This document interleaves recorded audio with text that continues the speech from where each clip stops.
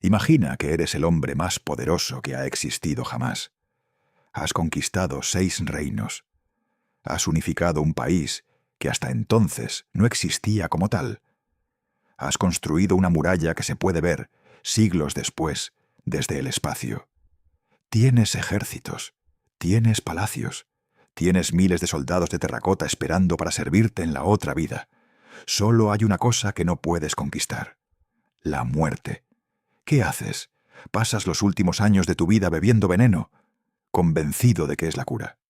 Esta es la historia de Qin Shi Huang, el primer emperador de China, y de cómo la búsqueda de la vida eterna lo mató a los 49 años. Corría el año 221 a.C.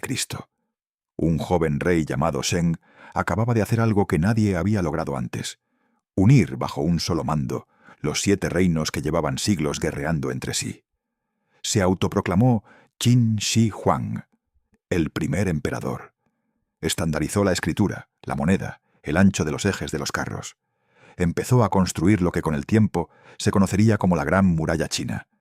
Ordenó levantar un ejército de miles de guerreros de terracota, cada uno con un rostro distinto, para que lo protegieran en la vida después de la muerte. Tenía 30 y tantos años, y ya lo había conseguido todo. Todo, menos una cosa: le aterraba morir. En la medicina china de la época no existía una línea clara entre curar una enfermedad y detener el propio envejecimiento. Los alquimistas de la corte creían que ciertos minerales, si se procesaban de la forma correcta, podían transferir su propia naturaleza al cuerpo humano. Y había un mineral que llamaba especialmente la atención: el cinabrio, sulfuro de mercurio, rojo intenso, brillante y sobre todo casi indestructible. No se oxidaba, no se pudría, no cambiaba con el tiempo. Si un mineral podía resistir el paso del tiempo sin corromperse, razonaron los alquimistas, ¿por qué no un cuerpo humano que lo consumiera? Era una lógica seductora. También era mortal. El emperador empezó a enviar expediciones en busca de algo aún más ambicioso que un mineral: un elixir completo de la inmortalidad, guardado, según la leyenda, en unas islas míticas en el mar de Bohai. El alquimista más persuasivo se llamaba Xu Fu. Le aseguró al emperador que en esas islas vivía un mago de 1000 años de edad, guardián del secreto de la vida eterna. Solo necesitaba una flota. Qin Shi Huang se la dio.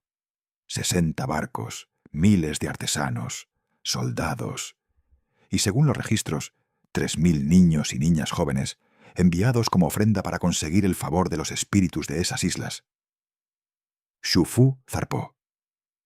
Nunca regresó con el elixir. Cuando volvió años después con las manos vacías, no dijo que la búsqueda había fracasado. Dijo que un monstruo marino gigante bloqueaba el paso y pidió una segunda flota para intentarlo de nuevo. El emperador, desesperado, se la concedió. Mientras tanto, en la corte, los alquimistas seguían trabajando en su propia versión del problema. Si no podían traerle la inmortalidad desde el mar, se la fabricarían en un laboratorio. Empezaron a preparar píldoras de cinabrio para que el emperador las tomara a diario. Al principio, pequeñas dosis. Con los años, más y más. Los cortesanos empezaron a notar cambios. El emperador, antes metódico y frío, se volvió paranoico. Gritaba órdenes a enemigos que nadie más veía. Ejecutaba a cualquiera que pronunciara la palabra muerte en su presencia. Cuando un meteorito cayó cerca del río Amarillo, con una inscripción grabada que anunciaba su muerte, hizo ejecutar a todos los habitantes de la zona y ordenó pulverizar la propia piedra, como si destruir el mensaje pudiera destruir la profecía. Nadie se atrevía a decirle lo obvio: los temblores en sus manos, la confusión, las noches sin dormir, no eran signos de que la inmortalidad estuviera cerca. Eran los síntomas de un envenenamiento lento y acumulativo. El mercurio no se elimina bien del cuerpo humano.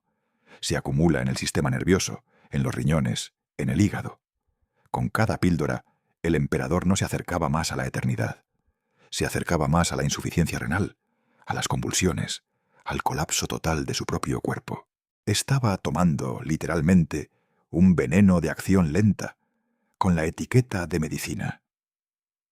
En el año 210 a.C., ya con la salud visiblemente deteriorada, el emperador emprendió su quinta gira por el imperio.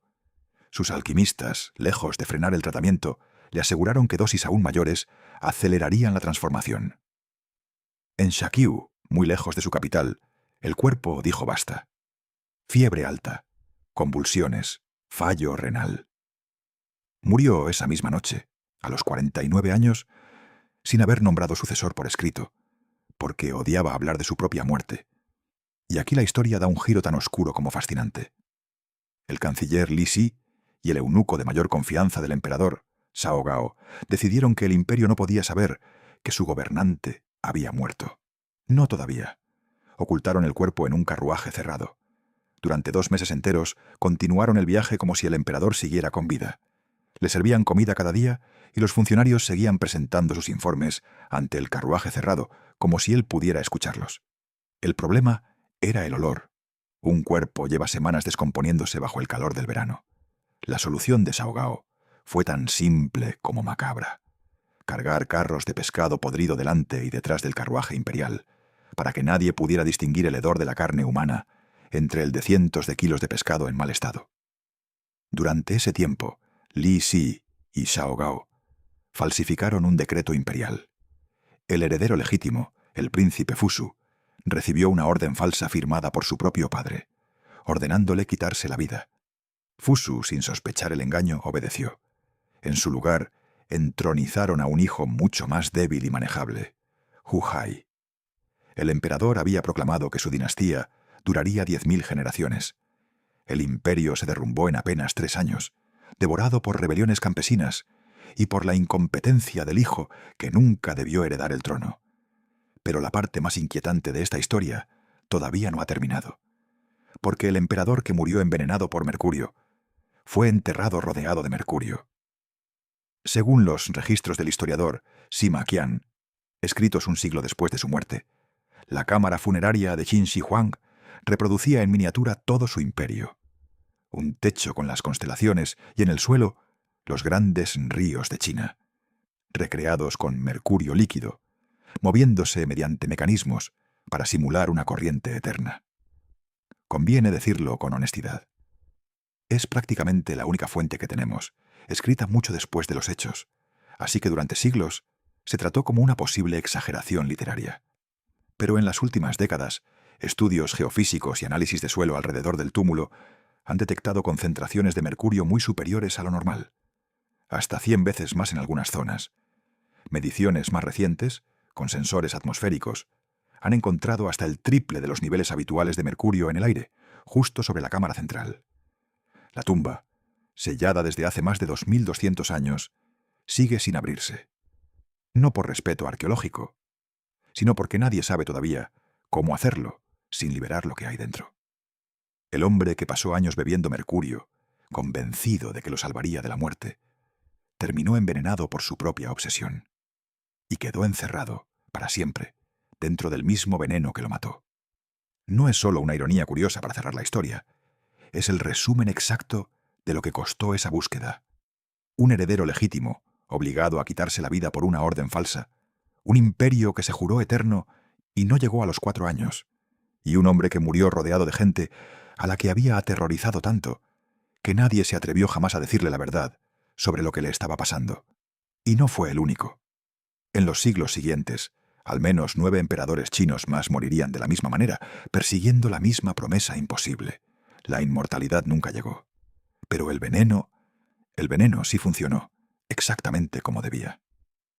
Si te ha gustado esta historia, en el próximo episodio de Medicina Olvidada, saltamos casi 2000 años hacia adelante, hasta la China de los años 70, donde una investigadora, en mitad del caos político más absoluto, encontró en un texto médico milenario la cura que la ciencia moderna llevaba décadas buscando sin éxito.